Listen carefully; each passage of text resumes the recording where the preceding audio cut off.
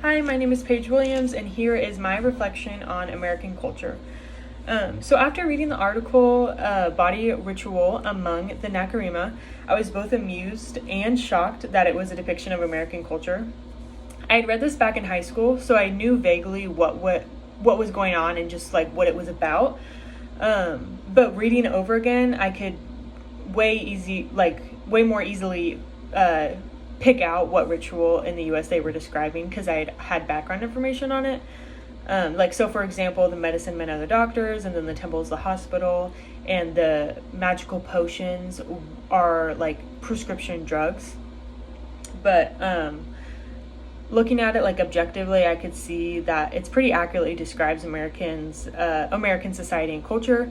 But just hearing it explained in such a different perspective definitely makes it sound a little odd and strange. But when you look at each example more closely, you can tell what ritual it's talking about, which makes it easier to understand that it's American culture. And then Americans just often look at other cultures and judge them based off what we think is normal. But this story shows that understanding and learning a new culture is truly based upon perspective.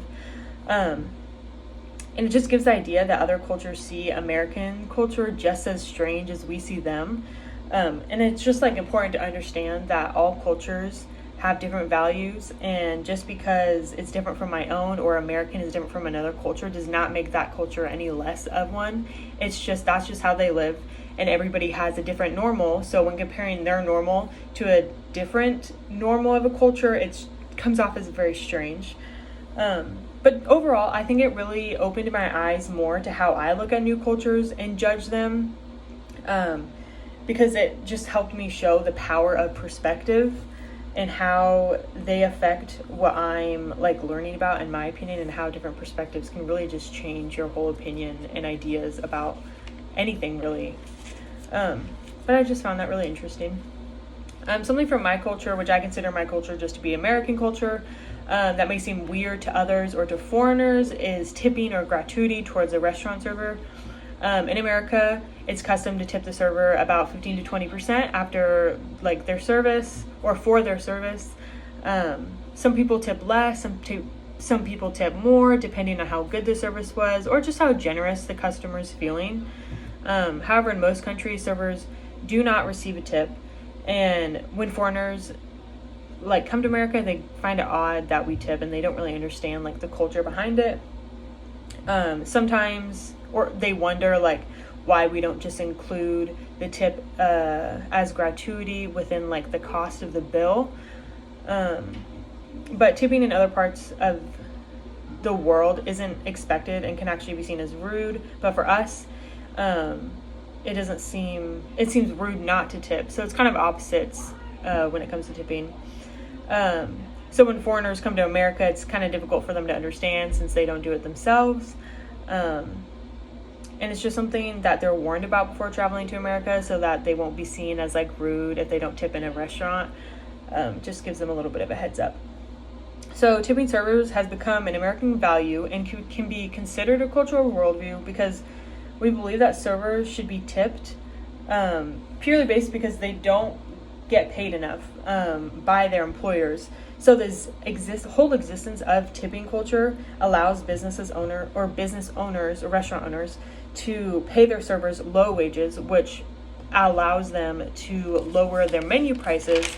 And then the lower menu prices obviously attracts more customers, which is what they want because American business is really focused on making the most profit, so they'll really take like any shortcuts needed to get a good amount of profit.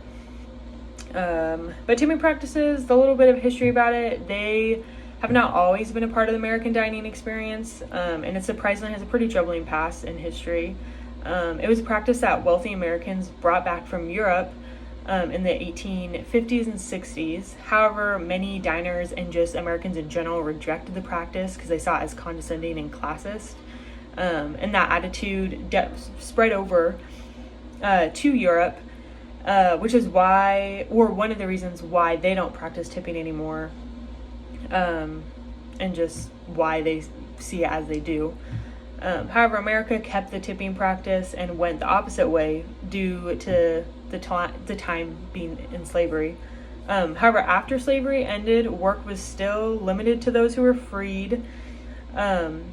Jobs such as like restaurant workers and railroad workers were available, but most employers did not pay their workers, only under the condition that the guests must offer or just offer like a small tip, and that was what they would pay their workers. They wouldn't get an actual wage.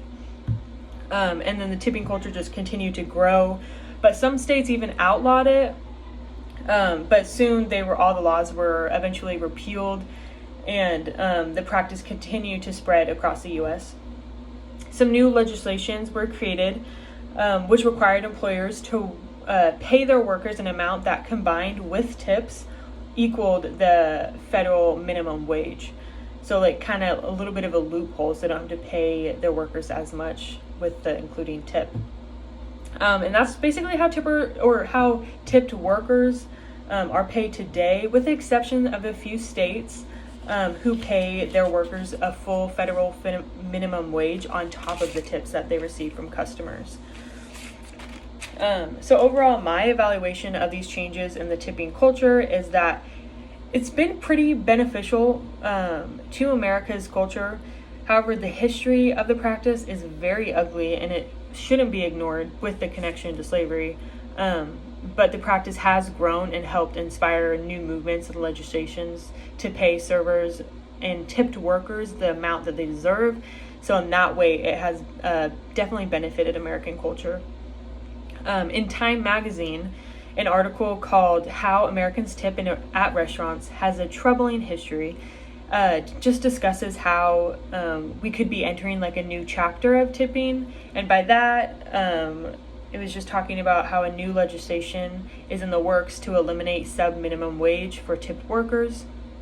The organization that is currently working on it is called Restaurants Advancing Industry Standards in Employment, or RAISE as an acronym. And they are continuing to work for it on a federal and state level, or a national and state level. Michigan is actually one of the states that has already passed a law saying they'll raise minimum wage to $12, including tipped workers, by 2022, so they can still get a livable minimum wage, or almost, on top of the tips that they're making. There is still so much work to be done on both the state and federal level to raise the minimum wage to a livable amount, even for tipped workers. But overall, I would say the practice of tipping has been pretty beneficial in some ways, because right now the country is currently working towards paying people a livable wage, including tipped workers. So it's really paved a way for people to finally get paid a livable wage, so they are not in the poverty line. So I definitely think that tipping culture has definitely had some major benefits for America, or at least we're on our way to receiving those benefits. But yeah, thank you for listening.